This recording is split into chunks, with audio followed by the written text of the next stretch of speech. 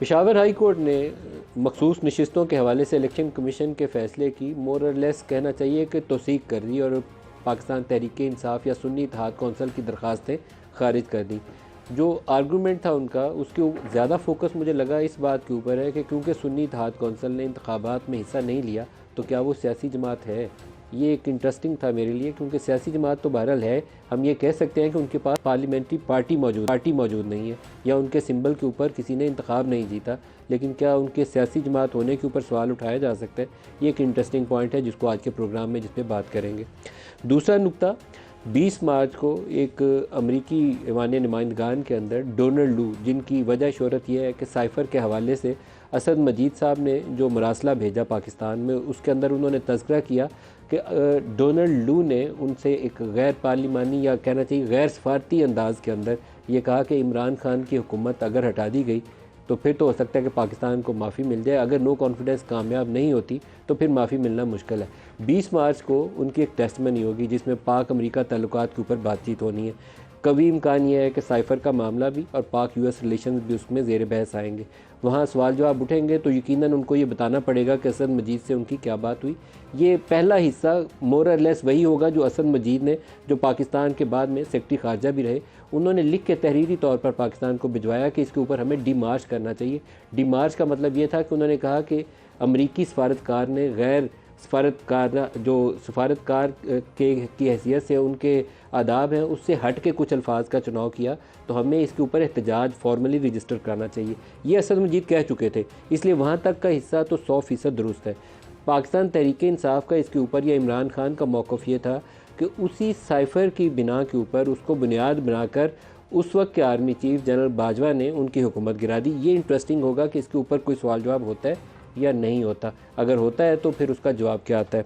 और सबसे इंटरेस्टिंग आज की डेवलपमेंट यह है कि गुज़श्ता रोज़ वज़ीर-ए-आज़म साहब ने इरसा अथॉरिटी के ऊपर, एक रिटायर्ड सरकारी अफसर हैं ज़फ़र महमूद साहब, बड़ी अच्छी शोहरत के हामिल अफसर हैं, सेक्रेटरी कॉमर्स भी रहे, शायद पेट्रोलियम में भी रहे, चेयरमैन वापडा भी रहे, उनकी तैनाती का नोटिफिकेशन किया और 24 घंटे से कम अरसे में आज वो नोटिफिकेशन विड्रॉ कर लिया पाकिस्तान पीपल्स पार्टी के एहतजाज के ऊपर।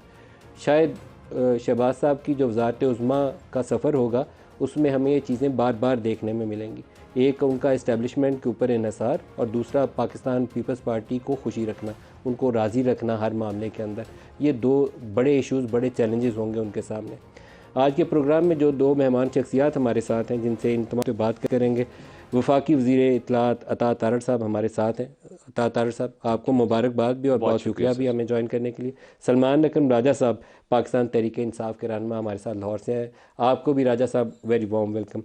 अता तारड़ साहब, पेशावर हाई कोर्ट का फ़ैसला, आप तो यकीनन उससे खुश होंगे, लेकिन ये मामला सुप्रीम कोर्ट में जाना है क्योंकि ये एक असूल वज़ा करना पड़ेगा कि ये सीटें मिलनी चाहिए उनको जिनके पास 92 मेंबर्स हैं, या उनकी लिस्ट को बुनियाद बनाकर आपको दे देनी चाहिए। आप कैसे देखते हैं इसको? देखिए, इसेंशली जो सुन्नी इत्तेहाद काउंसिल है वो ऐवान में मौजूद नहीं है, पार्लियामान में मौजूद नहीं है, क्योंकि हामिद रज़ा साहब जो सुन्नी इत्तेहाद काउंसिल के चेयरमैन हैं, उन्होंने आज़ाद इलेक्शन लड़ा, आज़ाद सिंबल पे लड़ा। लॉ की स्पिरिट या कॉन्स्टिट्यूशन की स्पिरिट ये नहीं है कि आज़ाद उम्मीदवार इकट्ठे हों, वो कोई पार्टी बनाएं या एक पार्टी वहाँ पे अपनी नॉमिनेट कर दें और उसके तहत रिज़र्व सीट्स ले जाएं। आज़ाद उम्मीदवारों को 3 दिन दिए जाते हैं, कोई भी पॉलिटिकल पार्टी जो हाउस के अंदर है उसको ज्वाइन करने के लिए, ताकि वो शेयर्स डिटर्मन हो सकें रिज़र्व सीट्स के। रिज़र्व सीट्स के हवाले से ही मामला बिल्कुल क्लियर है कि ऐवान में मौजूद जो पार्टीज़ होंगी, जो कंटेस्टिंग पॉलिटिकल पार्टीज़ हैं, उनको शेयर मिलना है रिज़र्व सीट्स का। आप नई पार्टी वहाँ क्रिएट नहीं कर सकते, या ऐसी पार्टी जो ऐवान में मौजूद नहीं है उसका नाम लगा के नहीं कर सकते जिसने इलेक्शन कंटेस्ट करके सीटें जीती ना हो। अब मैं ये समझता हूँ कि तमाम पॉलिटिकल पार्टीज़ को कहा जाता है कि वो इलेक्शन से पहले अपनी रिज़र्व सीट्स के जो ख़वातीन हैं, माइनॉरिटी के मेंबर्स हैं, उनकी लिस्टें आवेज़ा करें, पब्लिश करें, ताकि आम वोटर उस पर तासुर कायम करके ये डिसाइड कर सके कि मैंने इस पॉलिटिकल पार्टी को वोट देना है कि नहीं देना। लेकिन ना तो लिस्टें आवेज़ा की गई, ना वो पार्टी ईवान में मौजूद है। तो ये एक, मैं समझता हूँ, अनोमली है। ये अगर कोई ऐसी पार्टी ज्वाइन करते जो ईवान में मौजूद होती तो पोजीशन बिल्कुल डिफरेंट होती, उस पार्टी को शेयर मिलता। अब आपने एक आज़ाद अरकान का ग्रुप बना लिया, ना पार्टी ईवान में मौजूद है, ना आपने कोई लिस्ट जो है वो जमा कराई। सुन्नी इत्तेहाद काउंसिल की क्या लिस्ट लग गई थी इलेक्शन से पहले? कि ये हमारी ख़वातीन हैं और ये हमारे माइनॉरिटी के मेंबर्स हैं, नहीं लगी थी। देखिए, अगर आइन को आप 51(6)D को पढ़ें with section 104 of the election act, तो ये मामला बिल्कुल क्लियर हो जाता है कि आपको मिल ही नहीं सकती जब तक कि आप ऐवान में मौजूद नहीं हैं। तो आपका कहना यह है कि नशिस्तें जो मौजूदा पार्टीज़ हैं पार्लियामान के अंदर उन्हीं को मिलेंगी? देखिए, आइन और कानून की स्पिरिट तो यही है कि रिजर्व सीट फिर कहीं ना कहीं जानी है, और जो स्पिरिट ऑफ डेमोक्रेसी से ये चीज़ मुतसादम नहीं हो जाएगी? मैं हमारे साहब ये समझता हूँ कि ओवर द टाइम पीटीआई ने कानून की इतनी खिलाफ वर्जियाँ की, और 2018 से पहले जो उनको एक प्रेफरेंशियल ट्रीटमेंट दिया गया था, उसका नतीजा ये निकला कि आप पार्टी इलेक्शन ना कराएं, आपका सिंबल चला जाता है, आप कहते हैं जी बड़ी ज्यादती हुई। वो भी देखे ना, अब आपने इलेक्शन क्यों नहीं कराए, ठीक तरीके से क्यों नहीं कराए, कानून को फॉलो क्यों नहीं किया। माजी में इनकी बहुत बड़ी बड़ी गलतियों को इग्नोर किया गया, जिससे इनको आदत पड़ गई कि चलो हम अगर कानून की खिलाफ वर्जी कर भी लेंगे तो हमें कोई ना कोई रायत, कोई ना कोई फैसिलिटेशन मिल जाएगी। तो इस तरह होता नहीं है। Ignorance of law is no excuse. राजा साहब, आप क्या कहेंगे, सुप्रीम कोर्ट जाएंगे या क्या पोजीशन इख्तियार करेंगे? दो बड़े मामले हैं, बल्ले का निशान लेना और दूसरा रिजर्व सीट्स का मामला। दोनों तनाज़ात कहीं सेटल होने ज़रूरी हैं। नहीं, इस वक्त तो बड़ा मामला रिजर्व सीट्स का ही है। देखें, आइन बड़ा वाजे है। आइन आर्टिकल 51 का जिक्र हुआ, इसी तरह सूबाई असम्बलियों के लिए आइन है, आर्टिकल 106 है।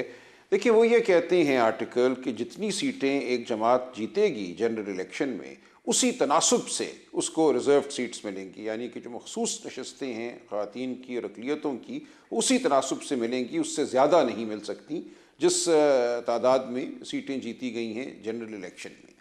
अब यहाँ ये हो रहा है कि इलेक्शन कमीशन के फ़ैसले और आज पेशावर हाई कोर्ट के फ़ैसले के बाद जमातों को उनके तनासब से कहीं ज़्यादा सीटें मिल रही हैं। इसका कोई तसव्वुर नहीं है आइन में।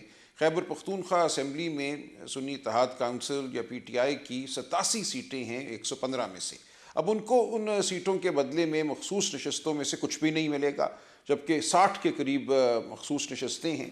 तो ये एक अजीब व गरीब मज़ाक़ा खेज़ सूरत हाल पैदा हो रही है कि जो जमात जनरल इलेक्शन में 8 फरवरी को या 9 फरवरी के फॉर्म 47 के ज़रिए 2 या 3 सीटें जीती हैं, उसको 7-8 मखसूस नशस्तें मिल जाएंगी, उसकी उस तादाद से कहीं ज़्यादा। तो ये बिल्कुल एक आइन के ख़िलाफ़ सूरत हाल है, जो आज पेशावर हाई कोर्ट और इससे पहले इलेक्शन कमीशन के फ़ैसले की वजह से नमूदार हुई है। मेरी नज़र में बात बिल्कुल वाज़े है। जब एक जमात को आज़ाद अराकीन ज्वाइन कर लेते हैं, 3 दिन का वक्त हासिल है, और आइन बड़ी वजाहत से कहता है कि किसी भी जमात के जो अराकीन हैं पार्लिमान में, उनमें उन अराकीन को शामिल किया जाएगा जो आज़ाद हैसियत में मुंतखब हुए और मुंतखब होने के बाद उन्होंने उस जमात को ज्वाइन कर लिया। लफ्ज़ ना लिखा हुआ है, including members who join a political party having been elected as independents within 3 days। तो जब वो आज़ाद अराकीन ने सुन्नी इत्तेहाद काउंसिल को ज्वाइन कर लिया, उसमें शामिल हो गए, तो उनकी जो तादाद पार्लिमान में है या खैबर पख्तूनख्वा असम्बली में है या पंजाब असम्बली में है, उसी के तनासब से अब उनको मखसूस नशस्तों में हिस्सा मिला। क्या आप सुप्रीम कोर्ट जाएंगे? इस रस्ते में ज़ाहिर है जाएंगे। देखिए, 2 बातें हैं ना यहाँ। एक तो ये कि दीगर जमातों को उनके तनासब से ज़्यादा सीटें मिल गई और सुन्नी इत्तेहाद काउंसिल या PTI को उसके तनासब से सीट नहीं मिली, और उसके लिए तावील ये दी गई कि चूँकि लिस्टें जमा नहीं हुई थी और आइन नहीं, कानून जो है इलेक्शन एक्ट 2017, उसका सेक्शन 104 ये कहता है कि लिस्टें जो हैं वो पहले जमा करानी थी। हमारी नज़र में जो लिस्टों की कदगन है, इसकी वजह से एक आइनी जो एक मंशा है उसको मरूब किया जा रहा है, आइन के मुताबिक काम नहीं हो पा रहा। लिहाजा मेरी नज़र में इलेक्शन एक्ट 2017 का सेक्शन 104 बज़ाते ख़ुद कलअदम है, बरखिलाफ़ आइन है, उसको अदालत को कलअदम करार देना पड़ेगा, क्योंकि जब तक ये सेक्शन मौजूद रहता है असम्बलियों की तकमील नहीं हो सकती, या आपको दीगर जमातों को उनके तनासब से ज़्यादा सीटें देना पड़ेंगी, जो कि बज़ाते ख़ुद बरखिलाफ़ आइन है। दुरुस्त है।